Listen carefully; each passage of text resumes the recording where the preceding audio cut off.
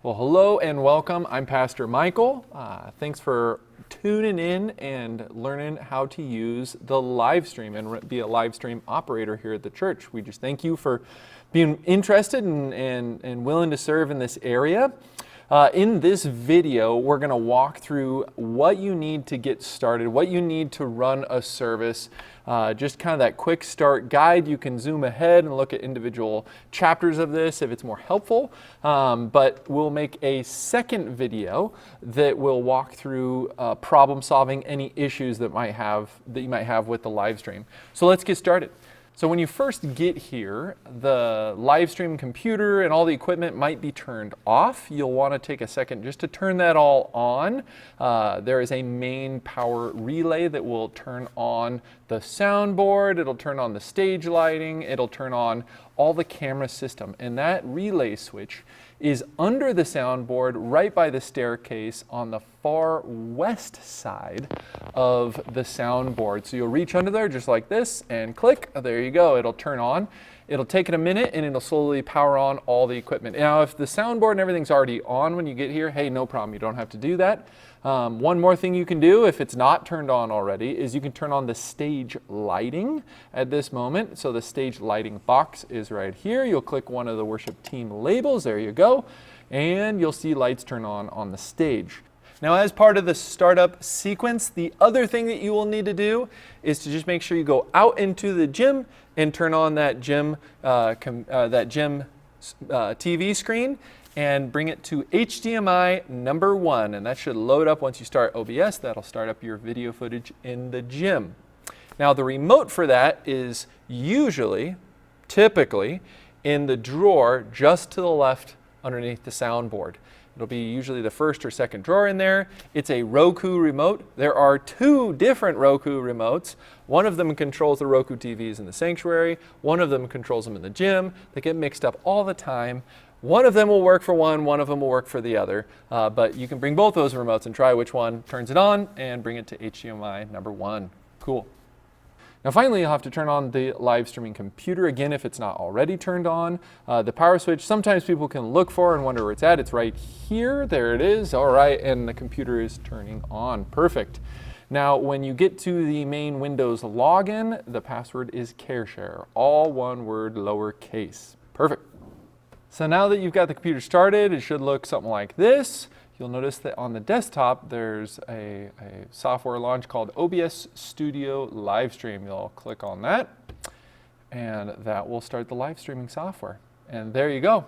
The live streaming is going. You can see there's 2 monitors here. You can see the cameras are running. Things are happening.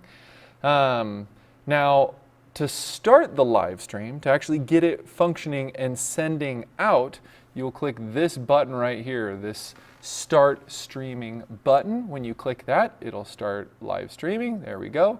You can see down here, this meter is green. We've got 0 dropped frames. It's running. The live stream's going. Now you'll want to start the live stream at least 10 minutes or so before the service. In a pinch, you can start it. I mean, if you forget, then start it when you get there. But you can start at 10 minutes. Even 15, 20 minutes even if you know you might be a little distracted right before the service.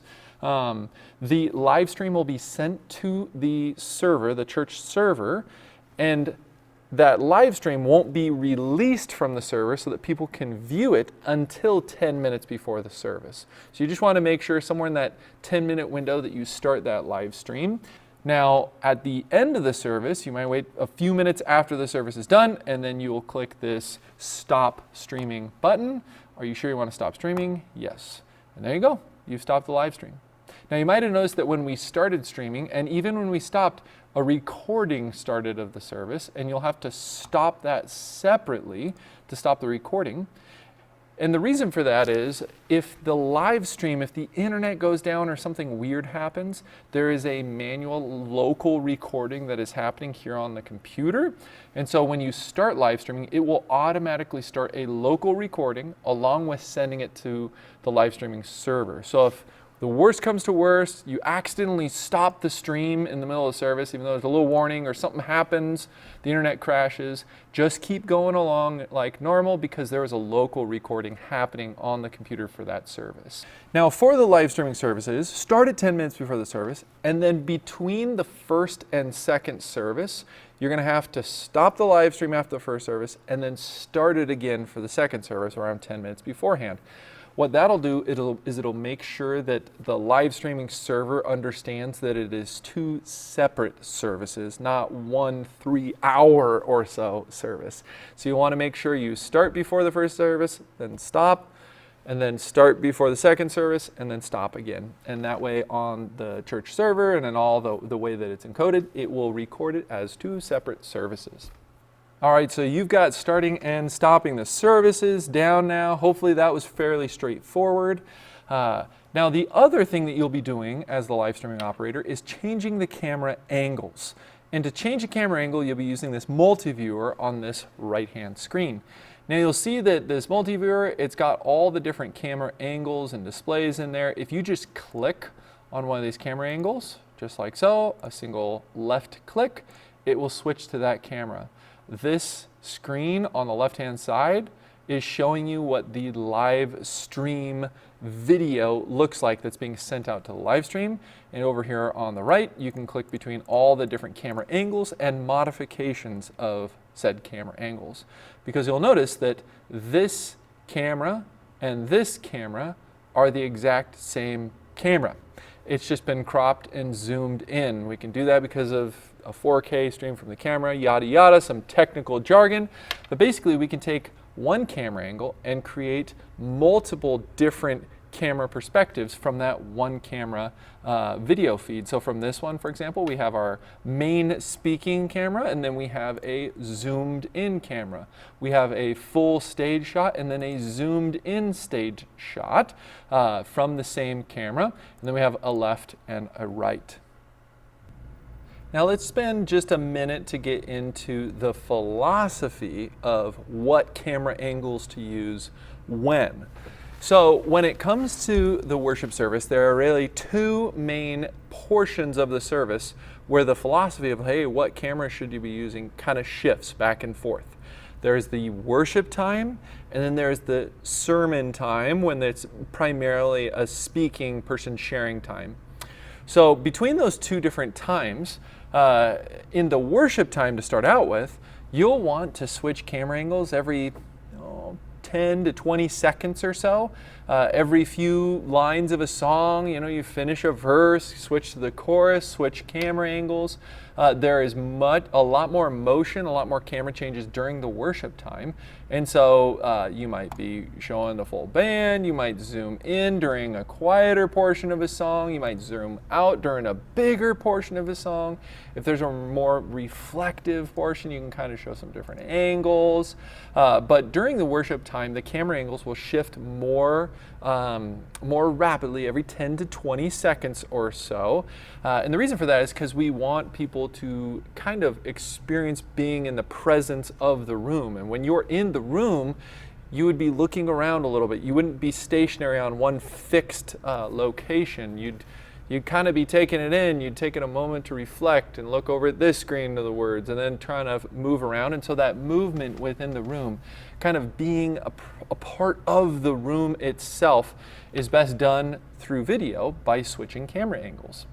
Now, the second half of the service, or that second main portion of the service, is this sermon. And during the sermon, you'll be more stationary on this speaking video camera footage.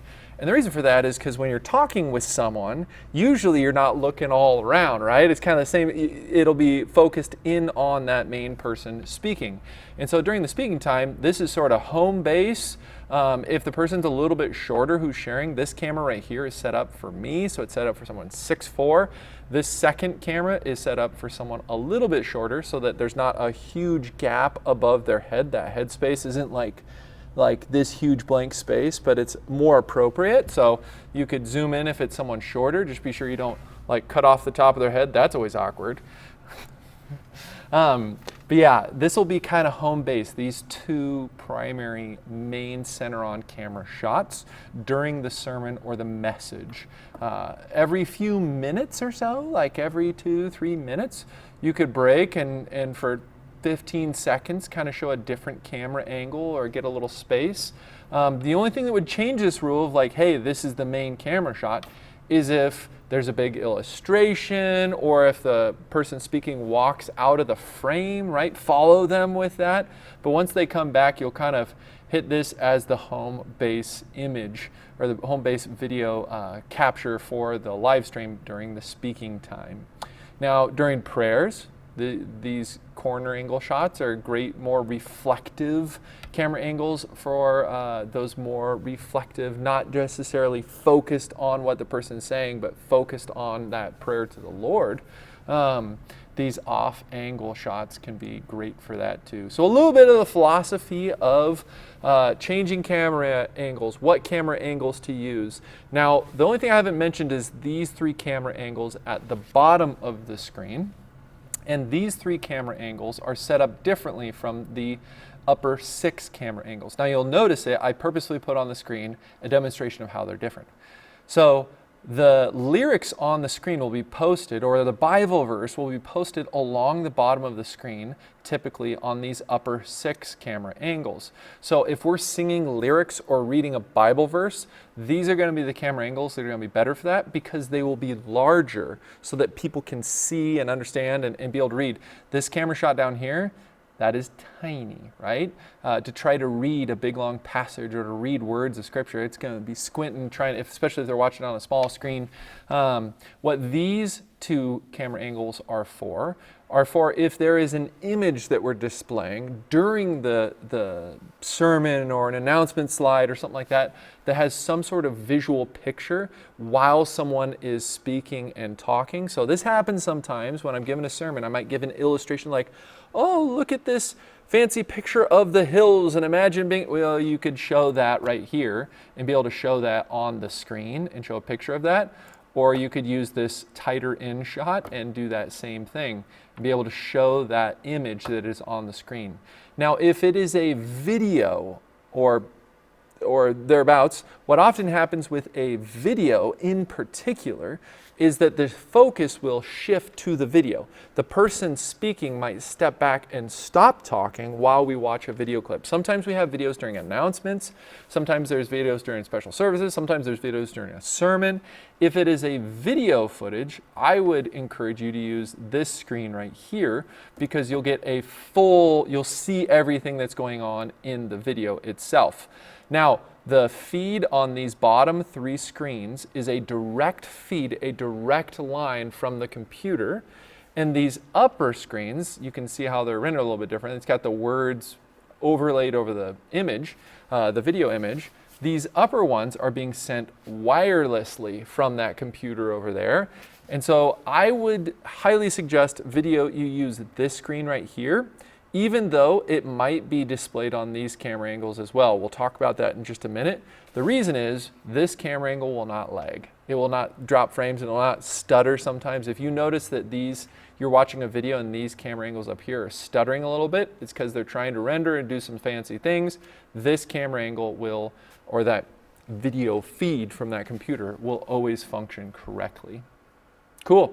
Well, there you go. A little philosophy of when to switch camera angles. You'll get the feel of it. You'll adapt.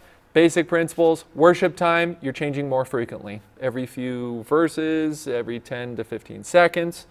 During the sermon, you're at home base, and you can zoom out if the pastor moves around, or every few minutes or so, every 3 to 5 minutes even, just to add some dynamics to the video, refresh people's focus on what's happening on the stage.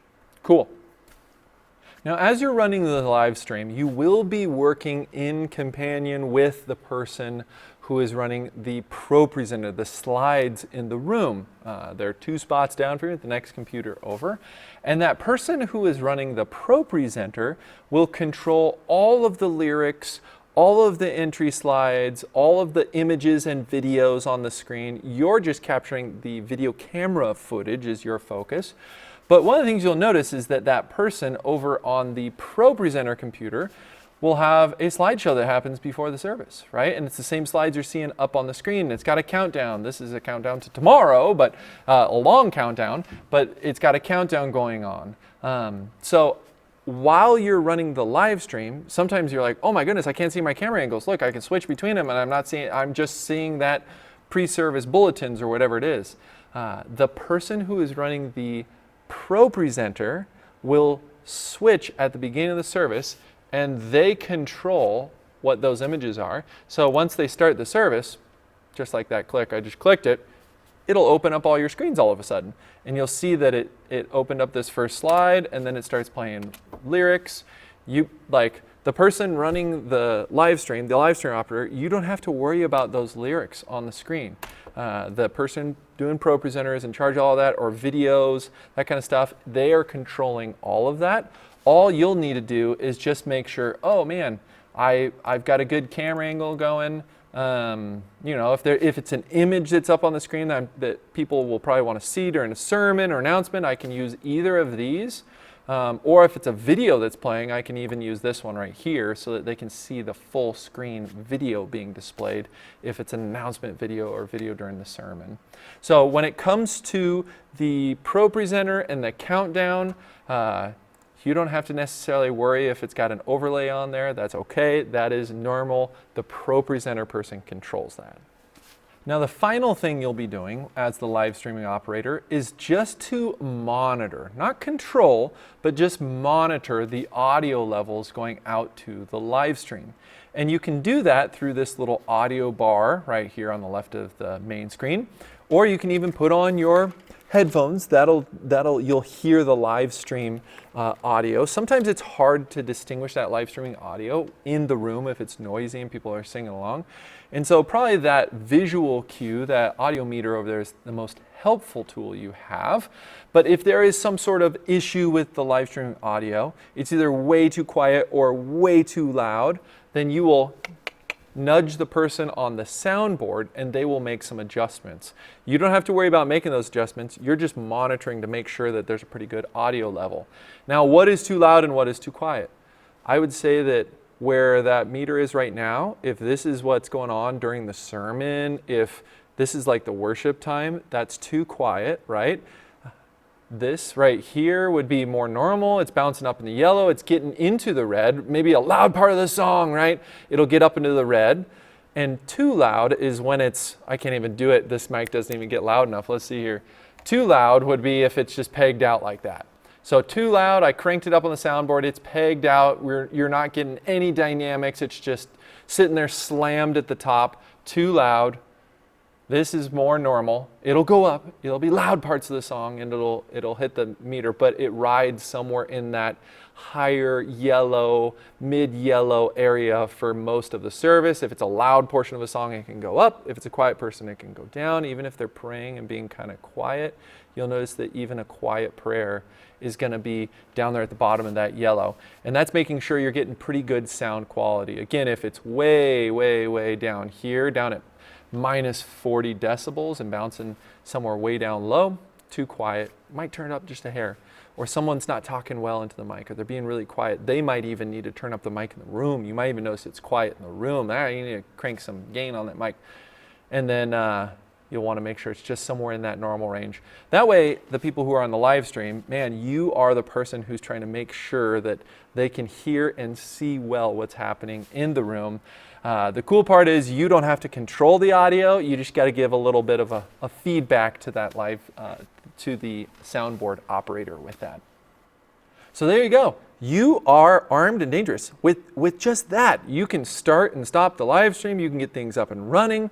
You can be switching through the camera angles. You could run a service right here, right now. Now I'm going to show you one last thing that's slightly more advanced, and it's a more advanced tool at your disposal. You do not have to use this tool, but it is a tool for you that can be helpful in some circumstances. So let me switch the camera angle and show you that real quick. All right, well, I've got you flipped around here, and you'll notice that you have a tool right here at your disposal called a Stream Deck. Now, a Stream Deck is just the name of the company, but there are 3 tools across the top that are special tools that you can use. The first one is a lyrics on and off button.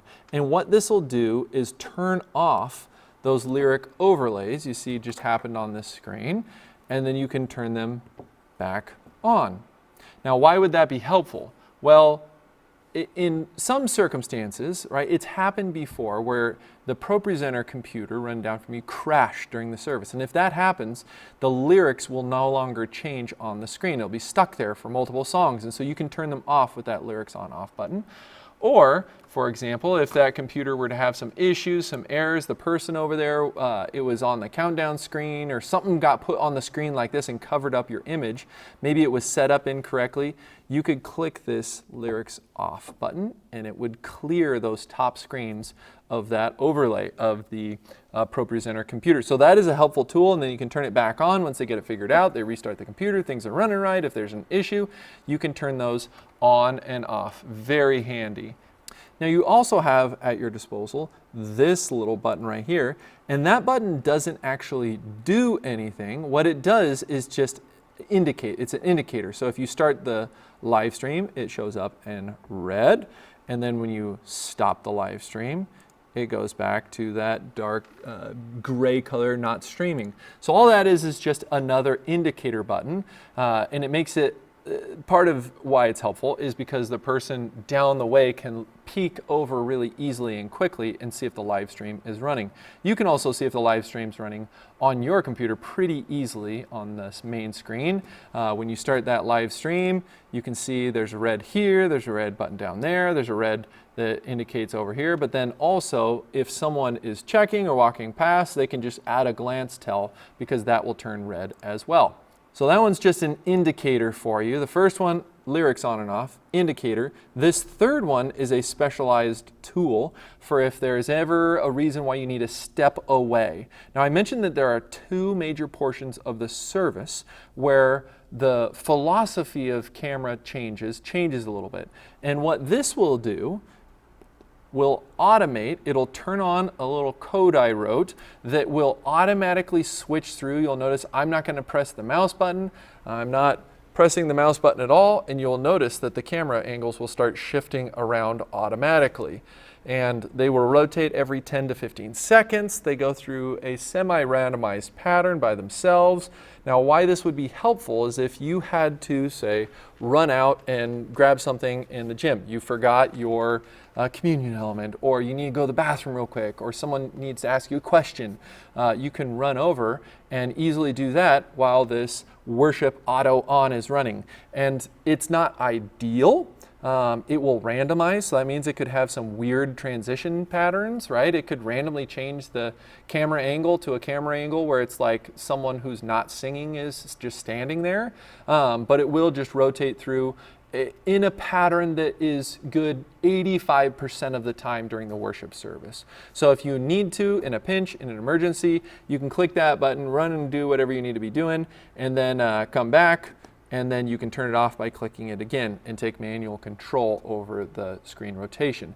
Now, this button, the worship auto off and on, is set up for the worship time. As you noticed, it was rotating every 10 to 15 seconds, and it was not using the primary speaking camera angle. So if you need to run out, bathroom, whatever, emergency, and it's during the sermon, I just leave it on home base. Whichever one of these is the best camera shot, best cropped for the speaker who's up there, whether it's Pastor Joe or me or Josh or whoever that's speaking up there, I would just leave it at home base, run and do what you need to do, then come back and you can rotate camera angles. So this is set up for worship time. It is an automated button you can hit in a pinch, and it will help you with the live stream. Now these bottom buttons, don't worry about.